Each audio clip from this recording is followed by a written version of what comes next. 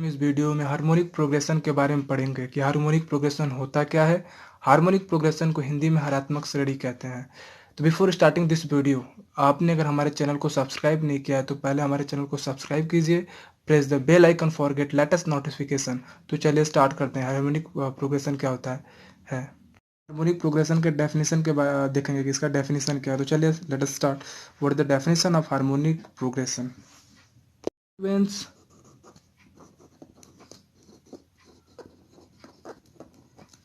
A1, A2, A3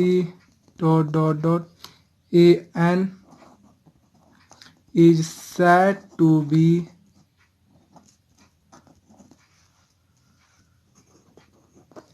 in HP, that is harmonic progression, if the sequence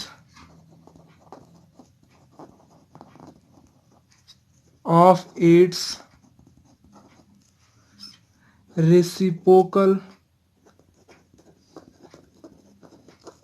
terms in AP means arithmetic progression. तो देखिए इसका definition क्या बोल रहा है। A sequence A1, A2, A3 dot AN is said to be in HP। कोई एक sequence है, वो HP में कब होगा? यदि इस सीक्वेंस का रेसिप्रोकल AP में होगा तो वो जो हमारा सीक्वेंस रहेगा वो हमारा किस में होगा? HP में होगा। किसी सीक्वेंस को चेक करना चाहते हैं कि वो HP में है या नहीं, तो आप उसके टर्म का जो सीक्वेंस दिया रहेगा उसके टर्म का रेसिप्रोकल लीजिए। जब आप रेसिप्रोकल लेंगे तो एक नया सीक्वेंस बनेगा। जो नया सीक्वेंस बन रहा है यदि वो हमारा AP में है तो जो दिया हुआ सीक्वेंस था वो हमारा क्या होगा? HP में होगा। तो चलिए एक एग्जांपल लेके आपको इसको बताते हैं कि कैसे मतलब इसको करना है।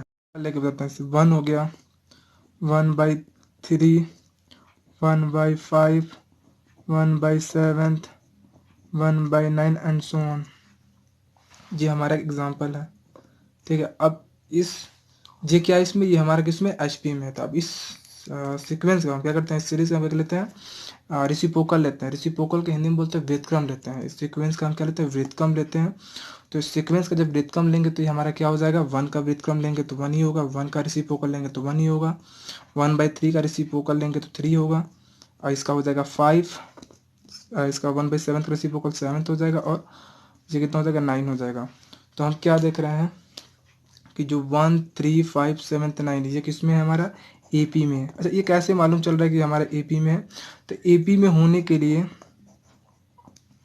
AP में कब होगा? AP में होने के लिए जो इसका क्या बोलते हैं? T2 minus T1 means common difference जो है, कॉमन डिफरेंस को हिंदी में बोलते हैं सर्वांतर। यदि इस सीरीज का सर्वांतर हर एक टर्म के लिए सेम आता है तो हमारा क्या होगा? AP में होगा। तो हम चेक कर लेते हैं कि ये जो सीक्वेंस है इसका जो सर्वांतर है मीन्स कॉमन डिफरेंस है वो सेम आ रहा है कि नहीं आ रहा। तो देखते हैं ये कितना है? 3 - 1 is equal to 2। Next T3 minus T2 ये कितना हो जाएगा? 5 - 3 मीन्स ये हर एक के लिए क्या आ रहा है? सेम आ रहा है। तो ये हमारा AP में है। जब ये सीक्वेंस हमारा AP में है, जो इसका एक नया सीक्वेंस बना ये AP में है, तो जो हमारा ये पुराना वाला सीक्वेंस वो हमारा किस में होगा? HP में होगा। यही जस्ट इसके पहले हम बता रहे थे इस सीक्वेंस के लिए, जो इससे पहले बता रहे थे। टर्म ऑफ HP देंगे। HP का जनरल टर्म क्या होता है? तो अगर आपको AP का जनरल टर्म याद होगा तो आप HP का जनरल टर्म आसानी से कर सकते हैं। तो पहले हम AP के जनरल टर्म की बात करेंगे, उसके बाद उसका रेसिप्रोकल कर देंगे तो जनरल टर्म ऑफ HP निकल आएगा। तो चलिए पहले AP का हम जनरल टर्म देखते हैं। AP का जनरल टर्म हम पढ़े थे A+D, A+2D, A+3D and so on A+n-1 into D. ये AP का जनरल टर्म होता है। इसी का हम रेसिप्रोकल कर देंगे तो हमारा किसका जनरल टर्म निकल जाएगा? HP का जनरल टर्म निकल जाएगा। तो इसका रेसिप्रोकल क्या हो जाएगा? 1/A, 1/A+D, 1/A+2D and 1/A+3D and 1/A+n-1 into D. ये जनरल टर्म किसका है? HP का जनरल टर्म है। एचपी का खुद का कोई खास फॉर्मूला नहीं होता है। इसमें जब क्वेश्चन सॉल्व करते हैं तो एपी के फॉर्मूले से ही क्वेश्चन को सॉल्व करते हैं।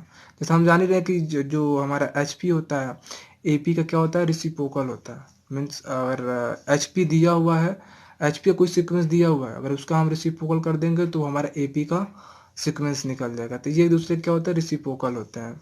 मीन्स समांतर श्रेणी जो होता है वो हरात्मक श्रेणी का क्या होता है, व्युत्क्रम होता है। जी हमें क्वेश्चन दिया गया, बोल रहा है कि 7 टर्म इसको हमको फाइंड आउट करना है। ये हमारा सीक्वेंस है। तो हम जानते हैं कि जो इस सीक्वेंस का यदि रिसिप्रोकल करेंगे तो हमारा क्या होगा, एपी होगा। ये हमारा एचपी में दिया हुआ गया है। तो इसका जब हम रिसिप्रोकल कर देंगे, इसका जब व्युत्क्रम करेंगे तो हमारा वो सीक्वेंस एक नया सीक्वेंस बनेगा। जो हमारा नया सीक्वेंस बनेगा वो हमारा किस में होगा, एपी में होगा।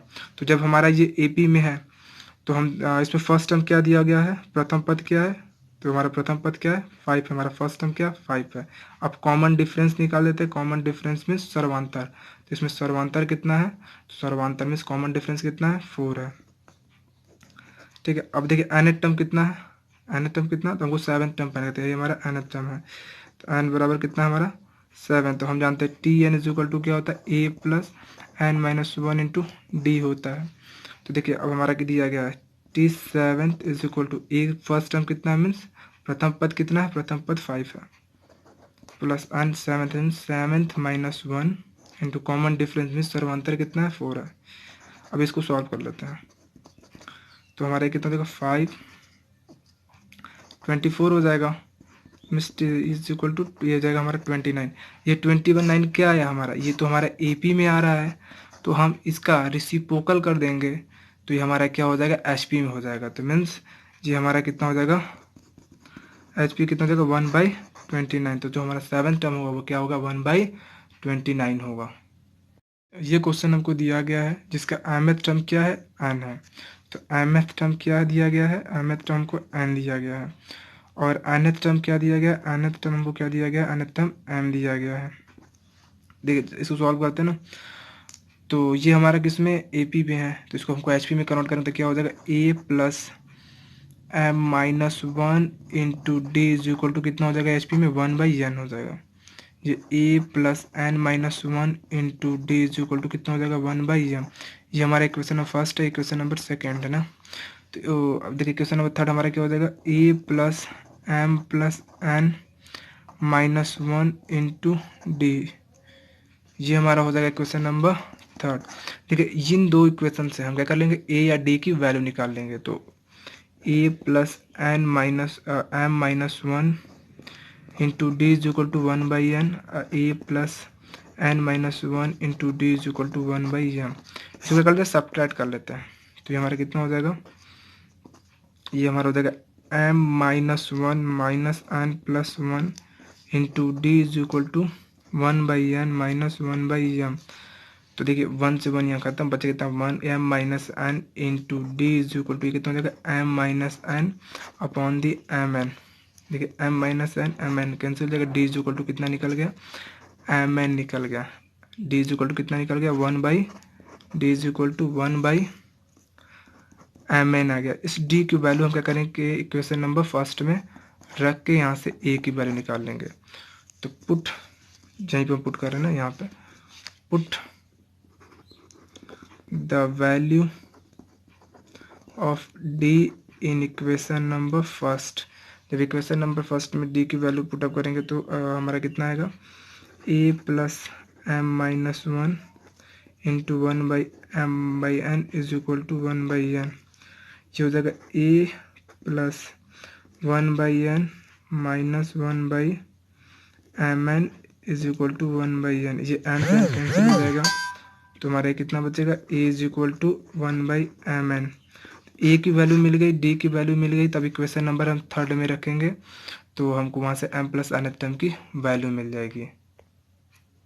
जब हम इस इक्वेशन नंबर थर्ड में ए और डी की वैल्यू पुटअप करेंगे तो हमारा कितना हो जाएगा, 1/mn plus m plus n minus 1, D की जगह रखेंगे 1/mn।